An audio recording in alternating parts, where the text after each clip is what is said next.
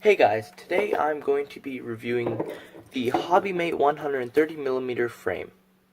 So, just to start off, this whole build was sponsored by them and I really appreciate that, but I will still give my honest opinion on it. So, the most obvious thing is that this is broken at the moment. But that's just because I went out racing, had a hard crash, and I made some mistakes while building it. But let's go over it anyways. I was putting this video off for a long enough time.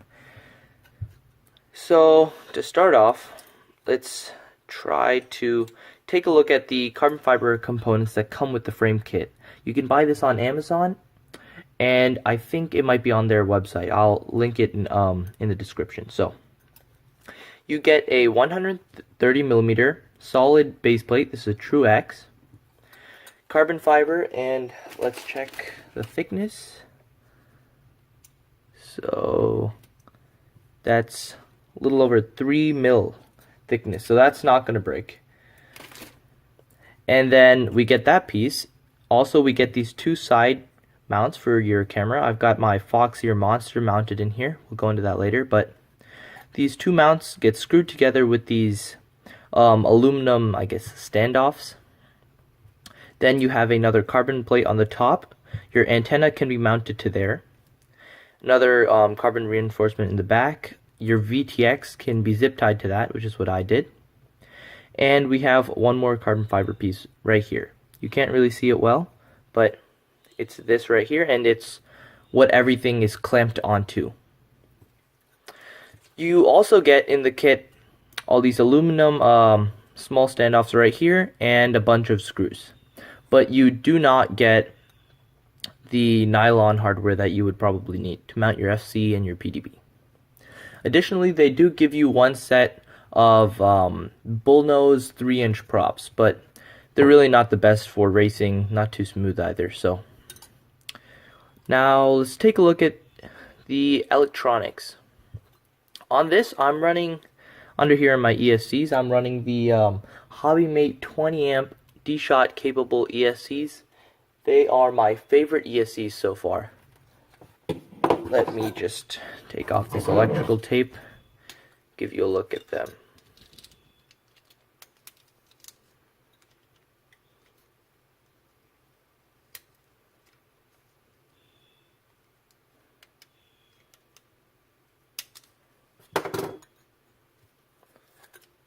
So there we go. That's what it looks like. You can also buy these on Amazon. Links will be in the description. And I'm honestly telling you, these are the best ESCs I've tried so far. I never thought that ESC protocol would make that much of a difference, or maybe it's just ESC in general, but when I built this up using my old one-shot 125 ESCs, 20 amps also, it just did not fly. The craft was one of the worst that I've ever used. You would try to punch out, and then you'd get those weird things where tilt. I tried to tune it out with iGain, did absolutely nothing. Try to flip, and then it would just go crazy. All I had to do was change out my ESCs to these, and it's perfect. The tune is just crazy good on stock Betaflight PIDs. No need to do anything to it. So yeah, this is on D-Shot right now, D-Shot 600, and that works perfectly fine for me. So if you don't want to tune, just probably build with these same components. And for my PDB, I have this, I think it's a Matec Hub OSD clone. So it's the Real ACC one from Banggood. The really nice thing is that this has a built-in OSD. So as you can see, regular wiring, just the ESC positive, ground at the four corners, which is nice because it lines up with where the motors are. And then after that, you've got all my wires aren't in now because my crash pulled most of them out, but you have your wires, 5-volt wires that you can go to your FC right here. You also have 5 volts and your whole array of power sources and all kinds of stuff here for your camera and VTX. So basically, let's take a look at this. We have, hopefully you can see this, 5 volts here, next to it is ground, camera, another ground, and VTX. So my VTX is able to supply power to my camera, so I didn't have to use the 5 volts and ground here. But basically, 5 volts to power your camera.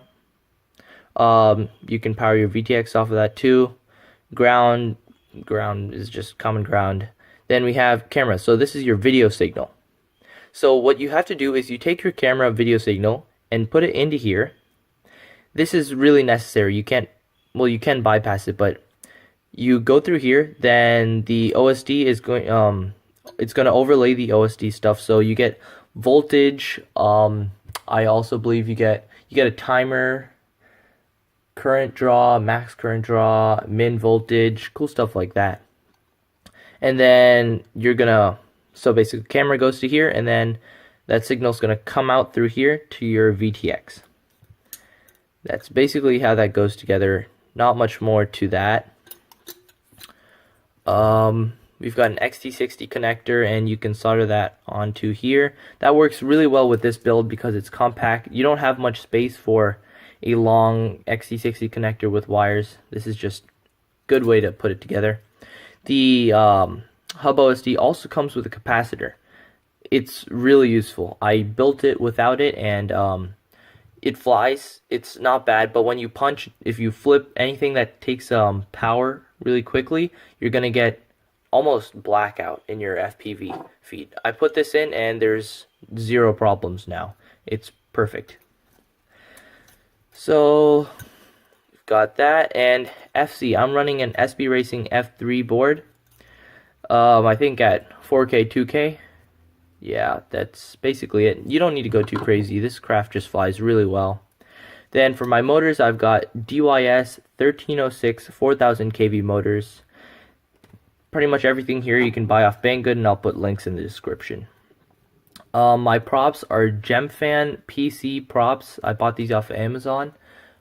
The only 3-inch props I've tested so far, other than the stock ones, but they work really well. These ones right here, they're really bent up because I crashed into a bunch of gates at a race, but I was flying them before for a solid 2 weeks. 1 set of props, never broke any. So if you look at this, you bend it like that, no problem. You can bend it right back and keep flying. You don't get any vibration issues, nothing. So even something like this, something as severe as this, you can bend that back with pliers or something and keep flying. Okay, so I know I've been rambling on about random stuff and specs, but now let's just talk pros and cons. Pros, it flies amazing. If you get their ESCs, a decent FC, you're running beta flight, flies perfectly, no tuning needed. That's major pro. Second thing, it's not a difficult build. These things are kind of, you have to fiddle with them a little bit to get them in place, but easy enough to put together. Enough space to mount your ESC, your FC, standard mounting. That's all nice stuff. Fits 3-inch props, and it's a true X, so that's always good. Another pro, I guess it's pretty durable with the parts that they give you. So in the kit, you're just going to get the carbon fiber parts, the aluminum, I guess, brace, standoffs, whatever you want to call it. You got a bunch of screws, even some props if you don't have any like actual 3-inch props. So yeah, all good stuff. It's not going to break the stuff that they give you. It's 3mm carbon. The problem that I had was you don't get mounting hardware, right, for your FC or PDB. So in my case, I used this nylon stuff, and then I went like pretty high throttle, 75%, into a PVC racing gate, and then I guess it hit it right here, and then that ended up ripping the screws out of the little standoffs here, and that pulled off all the electronics. So yeah, that's not good, but I don't blame them for that. It's not their fault. That's just my ignorance in putting plastic hardware. One thing that I don't like, though, I've actually already broken 2 ESCs, and that's because there's really not that much space right here. So I've got a small ESC. These Hobbymate ESCs are minuscule. Like, I have another video reviewing them, but let's see. That's about 23 millimeters, something like that. So that's small, and there's just barely enough space to house it on here. And I get that because it's a 3-inch, but the thing that happens is you have your power and your ground right here. When you solder them and you try to tin it, it stiffens up the entire little length of it because there's really not enough wire there. And what that means is it's really tough. There's no flex, there's no give when you crash. So what happened to me was I crashed a couple times. I noticed that it was heating up. One of my ESCs was heating up like crazy, made no sense, and then one day just stopped working. I took it apart, and the pad, it had actually lifted off the pad because it's just such a strong joint. That's the first weak spot. So that's not the best thing, but that's something you can deal with while trying to build it. Maybe put a zip tie around those parts, give it a little more strength, maybe get some more wire to wrap around. So yeah, small stuff like that. Otherwise, it's an amazing craft. So overall, would I recommend it? Definitely. It's not that expensive. I'll put links in the description. So sorry this was mainly just talking and stuff, but if you want to actually see it fly, I'll try to fix this up. I've got a DVR. I'll try to put that in and take some video of a couple flights for you guys.